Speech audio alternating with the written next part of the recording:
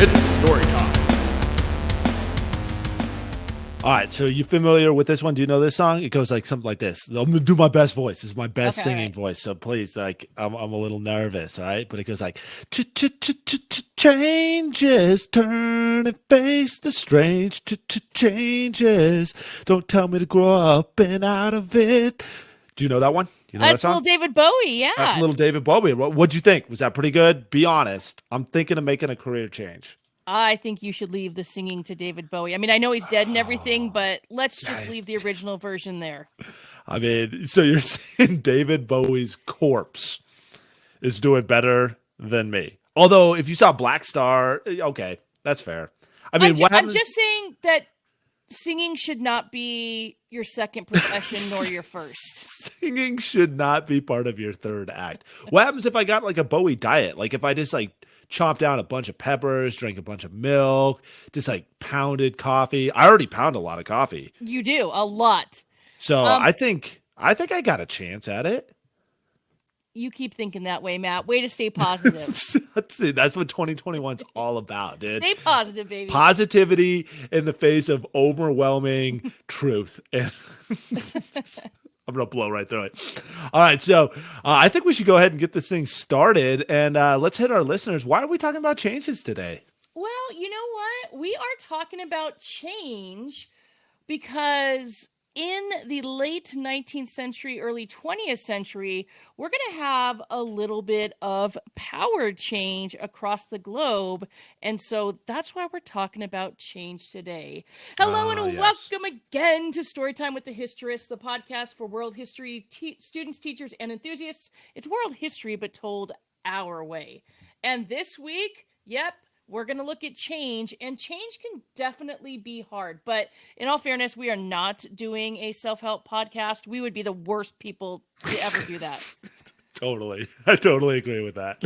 I can't even help myself. How could I possibly help others?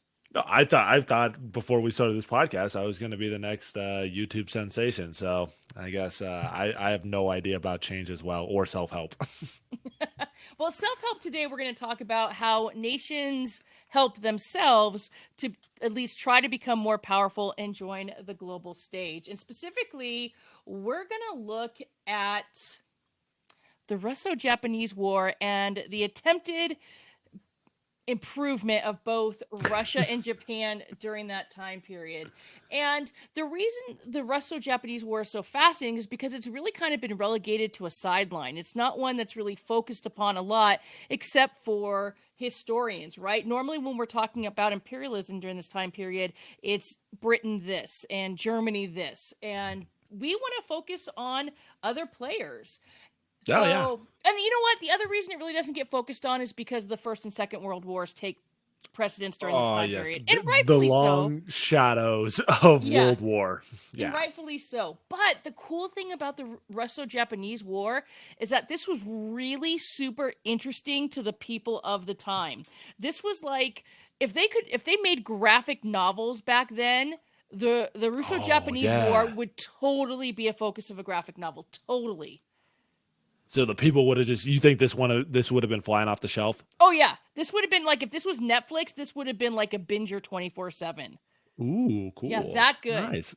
That makes me feel excited about what we got going on here. It is really, really good. It's a great story to tell, so let's get telling it. Talk to us today about our sources.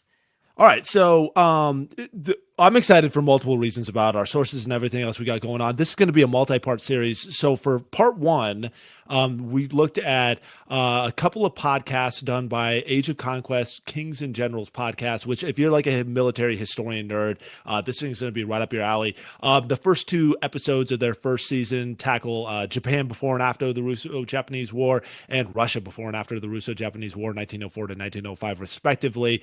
And then we also took a look at Bruce W. Menning's Miscalculating One's Enemies, Russian military intelligence before the Russo-Japanese War.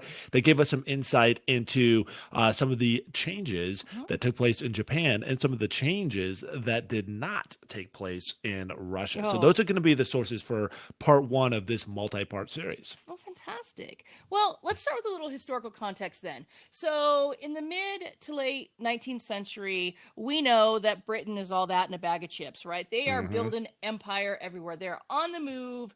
Anywhere that they can find markets or natural resources, they are going to try to grab up. And they're actually really successful. We know that they grab territory in Africa, like Eastern and Southern Africa. We know they take over India, which is their crown jewel of their empire. And even though they don't necessarily take over land in China as an actual physical land, they economic imperialism as a result of the Opium Wars. So that phrase that we've all heard, the sun never sets on the British Empire, that is 100% true. It was always daytime in some part That's of the insane. British Empire. It's like capital T and capital E for the empire. The Empire. That's insane. It's a big globe. And there's always daytime somewhere. That's insane. And also, just like thinking about China for a second, like that's how legit your powerful your empire is, that you can control someone without ever really even showing up. Yeah. You're just like, hey, we want you to do this. We strongly advise you to do this. And the Chinese were like, all right, I guess we have to. Because every time we try to, stop the British, they just stomp us. So that's pretty insane. It is true. And there are other players like France and Germany and Spain and the United States. They're all going to try to get in on this empire game, right? Because that's where the value is. And with this great game going on, the major players are the major players, and they will continue to be so, just like they were in the previous era. But during this time period, we are finally going to see two upstarts. Let's call them upstarts. Ooh, don't call them upstarts. All right. So that's big though. Okay. Who want to join this great game. They want to be at the big kids table or the adults table when it comes to the economies and the politics of the 19th and 20th century. And those two nations will be Japan and Russia. All right. Well, let's get to this. I'm amped up. So with Japan, like what's going on with Japan at this time All period? right. So Japan, pretty much, Dan Carlin is going to call them the supernova in the East. They're going to come out of it. Think about it like this. In Star Wars, when Han Solo gets all froze up, like they put that stuff on him in Cloud City. What's that stuff carbonite, called? yeah. Carbonite. Yeah, carbonite. Yeah. So Japan, during the Tokugawa shogunate, they had like carbonated themselves up, right? They didn't want anybody coming in. They were worried about all the influences of the Europeans. Mm-hmm. They were like worried about, the culture getting destroyed. They had like the awesome, Tokugawa shogunate, Bakugan, all this awesome stuff going on. Why change, right? But then they see what happens in China with the Opium Wars, and China gets like pushed into its century of humiliation. Regional powers all over Asia are getting toppled. We got the Mughals down, we got China down, and then Matthew Perry, which I would totally do a Friends joke, but I have been alerted that Friends is no longer a cultural touchstone. So if I tell a Friends joke, then nobody will know what I'm talking about. That's and true. then it's like a sweet 25-year-old reference. So moving on, Matthew Perry shows up with this awesome black ship fleet, blasts into the harbor and says, hey, listen, we're going to trade with you guys, Japan, or we're just going to blast you down. They're doing boat diplomacy, just like the British have been doing all throughout Asia. So the Japanese have a choice to make, right? They can either try to fight it out, but it's not going to work out, or they can give in. So they sign, just like the Treaty of Nanjing, they do their own Treaty of Kanagawa. It's like totally humiliating. It kicks off this thing called the Boshin War, which is like the old school samurai versus like the reform-minded guys. The reform-minded guys win, and Japan gets kicked off in something called the Meiji Restoration, which is given power back to the empire, right? And so this is going to be like, it's like now Han Solo breaks out of that carbonite, but he's like the Incredible Hulk now. Oh, he's all hulked up. Why are we mixing universes? Why are you mixing? We can't do that. We're not allowed to do that. No. Does Disney listen to the show? Have they sent us a cease and desist letter? Am I not allowed to do that? Does Disney own Marvel too? Disney owns everything. I'm pretty sure I got a letter in the mail that says Disney owns my kids now. I'm We've sure watched they enough do, Frozen that I just assume Disney owns it. I mean, that's all there is Okay, so to then it. we'll accept it. We'll go for it. Then. Yeah. So, I mean, all right. So if that one doesn't land, like, here's the idea. It's like what Gandhi famously said, right? You get strapped or you get clapped. And so I'm sure that's it's, exactly what he said. the look on your face is no, that is not historically, is that not true? Gandhi didn't say you go get your guns and get some. Yeah. That's not really. I don't really say that. But go ahead. Keep You going. mean to tell me that Gandhi accomplished all that by like making his own salt and sewing his own clothes? That is exactly what he did. Wow, man. All right, man. Maybe we don't need guns. Just saying. All right. So anyway, so what does that mean? Well, Japan decides that they need to be more like the Europeans, but they're going to go about it in this like all in sort of way. They're not going to like dip their toe in the pool and try to do like conservative modernization. Like China tried to do that with like self-strengthening, and that just led to like the Taiping Rebellion and the Boxer rebellions. It never changed anything up. The Mughals and nobody was able to do this. And just having guns doesn't put you on par with the Western powers, right? Unfortunately, the Lakota Sioux, the Zulu, even the Sepoys, having the guns doesn't mean that you're just going to automatically stomp out the British. So what happens is inside of this Meiji Restoration, there's full-scale reform. The government moves from a shogunate to like a constitutional monarchy. And I'm sorry, they go from feudalism to a constitutional monarchy? Straight up. Like, just like that? Just like in 2 years. Yep. Right. So like the Boshin War ends in 1868, and by 1870, the Japanese are full in on getting more gooder, as they like to say. They're all about changing things up. They have social reform. They have industrial reform. They have democracy in place. They have military reforms. They take away power from the samurai. Like the samurai, remember how they were running things? Remember we did an episode a while back where samurai was chopping off heads and they're like terrorizing the countryside? Not anymore. Not anymore. Now the government gave them a check. They're like, hey, you used to chop off heads, and now you can go run the Quickie Mart. Right. And what happens to most of those samurai? Their businesses fail because they're not businessmen. They don't know how to do it. Yeah. Some of them do well. And some of those daimyo, they get the same thing. There's this land tax reform. It's like the enclosure movement for Japan. So now farms can become more productive instead of like giving away like rice and all that stuff. We used to talk about those kikos of rice and all that stuff. Not anymore. Now the government's taxing. That money's going into industry. We see the development of like factories and a textile industry that gets reinvested into the military. You've got compulsory service. People are coming out of the like countryside into the cities where they got jobs. Like Japan is fully at it. They systematically in a very short period of time tear down all the trappings of that feudal empire. And what they have by 1880, 1885 much more closely resembles Great Britain or the Prussian Empire, which is not a surprise because those guys were totally helping out the Japanese because they're trying to roll back the Russians and the Americans respectively. But now Japan looks like, acts like a real modern state. None of this half like in, half out sort of stuff that we saw China trying to do. Japan's all in. And it works. Like you said, you said that they modernized within 30 years, that they basically are mini Great Britain by 1885, say 1900 even, right? Yeah. Oh, I would say even by 1895. We can put a date on that. Ooh, nice. Yeah.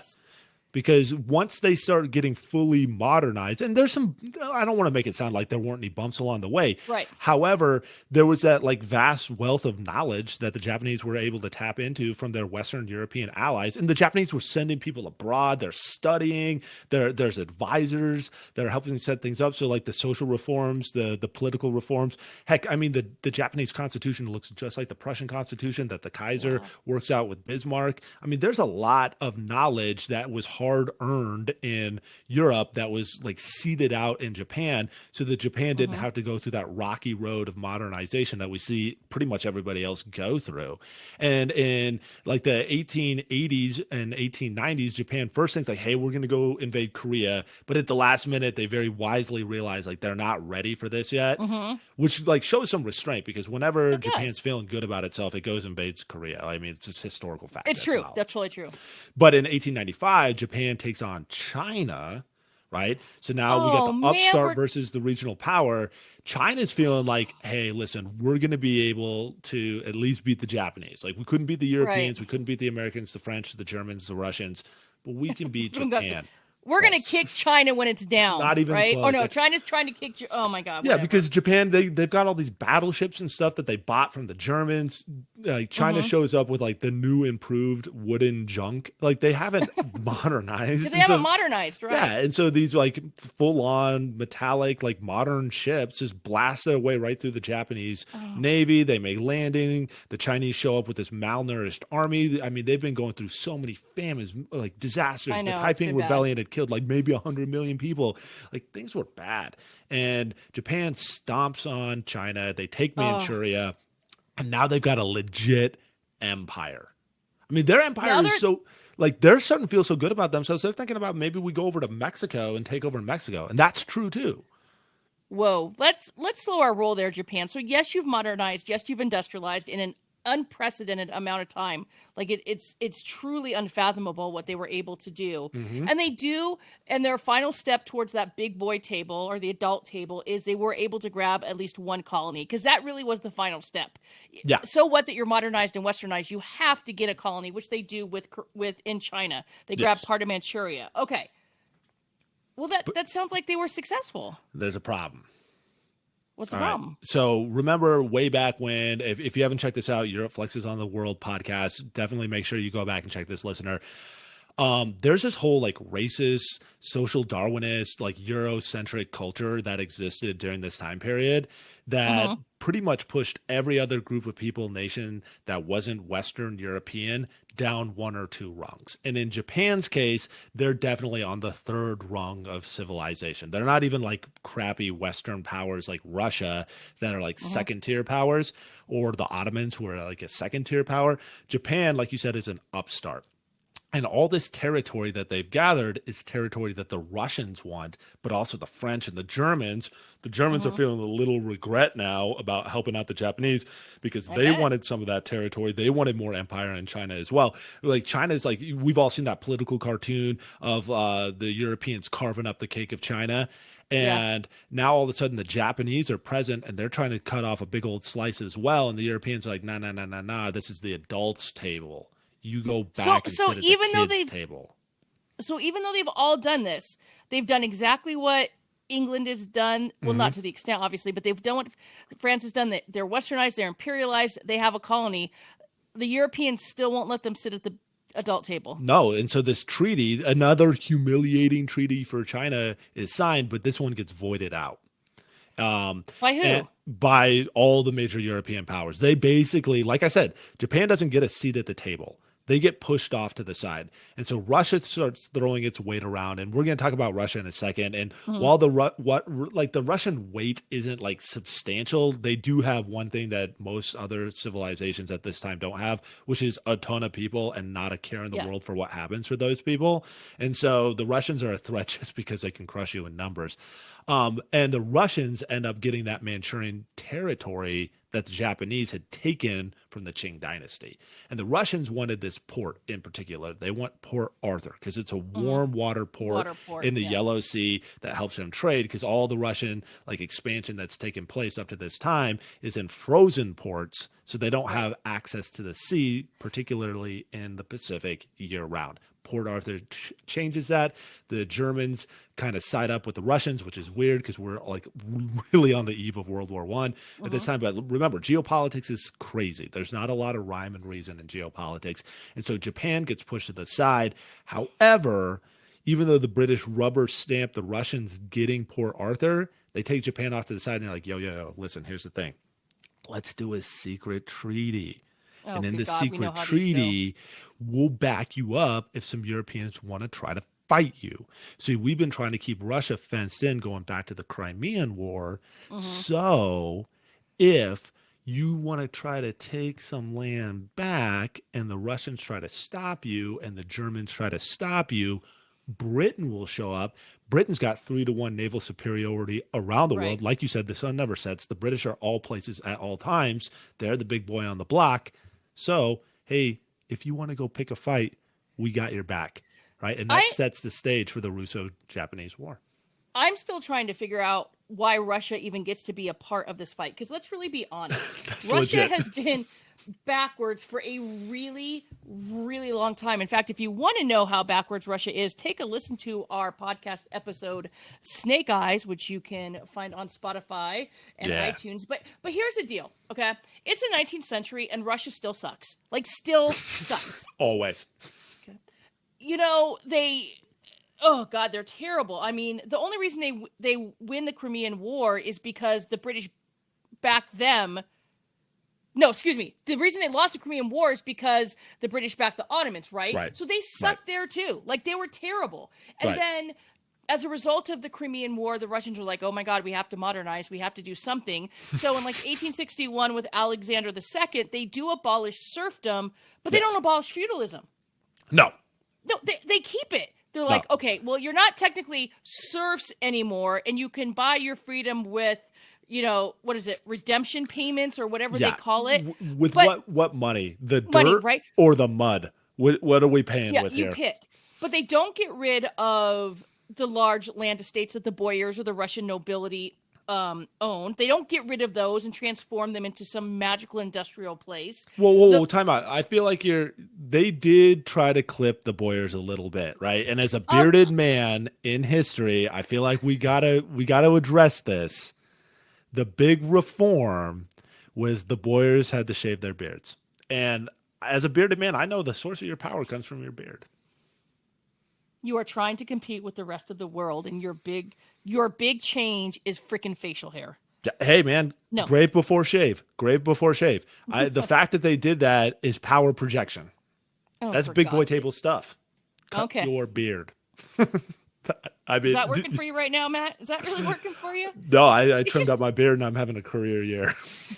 It's a sad fact that Russia's attempt at modernization and industrialization was really, really, to coin one of your favorite words, weak. It was weak. Weak, right? They try to industrialize. I mean, they do build the Trans-Siberian Railroad, so that actually is a pretty good success story. That is legit.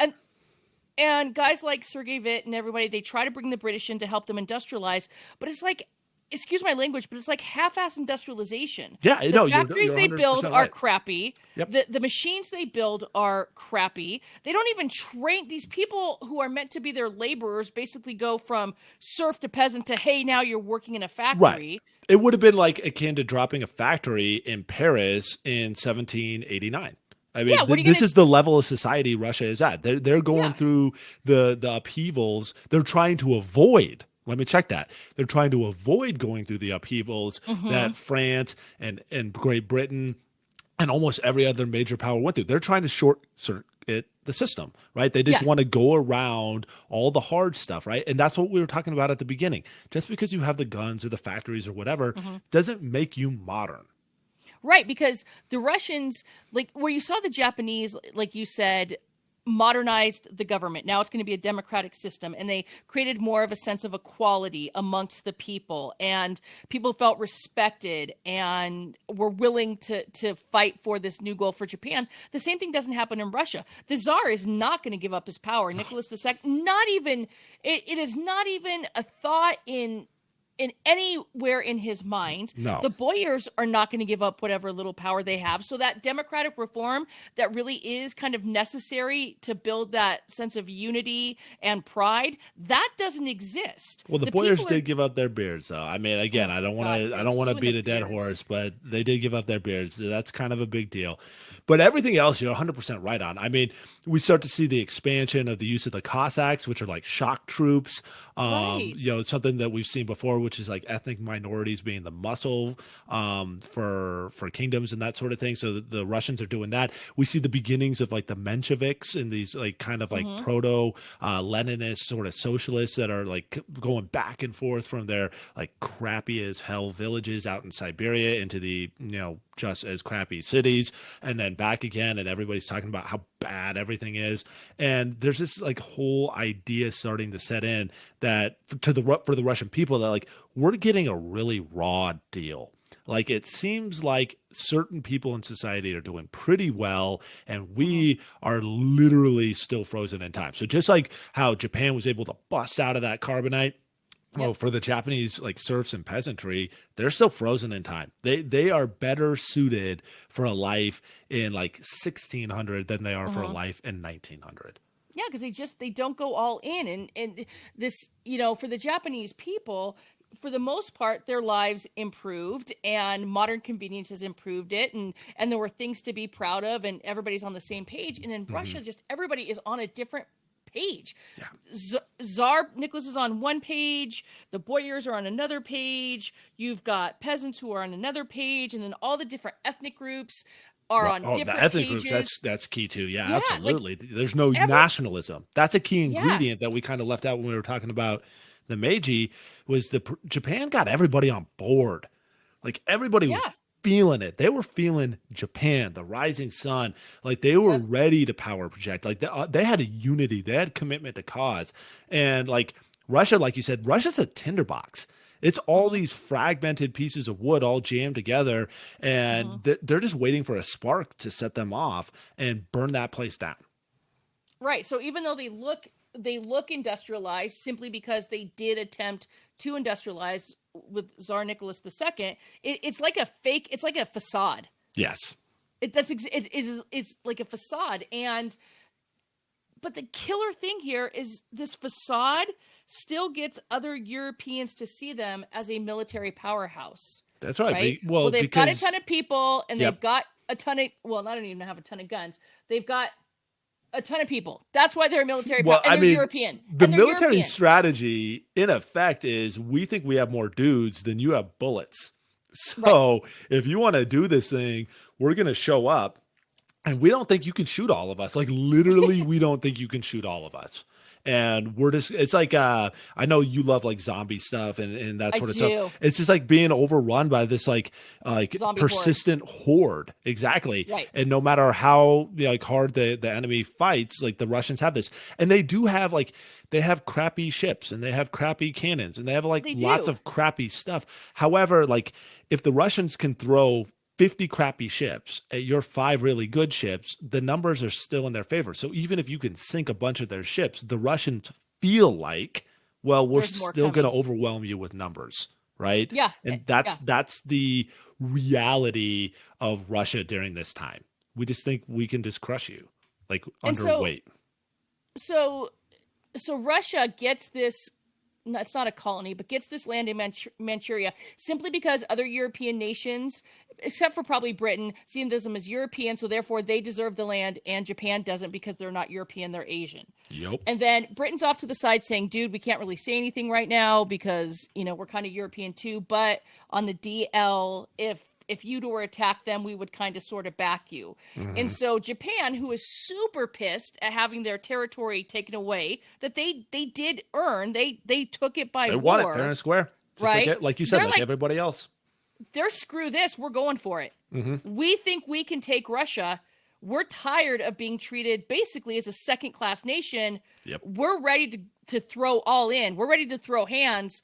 Let's go. And so they do attack Russia to get back their land that was Hmm. taken from them. And that really is the catalyst, the spark that you talk about for the Russo-Japanese War. And we'll pick that back up in our next episode where we're going to knock out the war itself and how that's going to bring about the beginning of the end for the Russian Empire and serve as the stepping stone for Japan, the Japan that'll eventually take on the United States, ally itself with Nazi Germany, and try to take over the world and air some of those grievances that occur because of the fact that they are a Asian power. So make sure you join us next time for the Russo-Japanese War Part 2. And as always, if you like what you've heard today, please feel free to listen to us more. You can find us on Spotify, Anchor FM, iTunes. Just look for Storytime with the Historists. All Anything else right. today, Matt? No, I think we got it now. So yeah, I'm excited. Like I said, three-parter. I think that's what we're gonna end up making this thing Yep, is a that's yep. three-parter. Next week, I'm so excited. We're gonna do something like that we don't normally do. We're gonna do a little military history. How Yeah. about those military history nerds? So yeah, next week we're gonna actually get into the inferno of battle and the insanity that is the naval war of the Russo-Japanese War, which is like a real showstopper and should have served It is. notice for the rest of the world of what World War One was going to be like. Oh, nice. Yeah. Well, as always, thank you for listening to us. And until next time, we will see you later. Bye.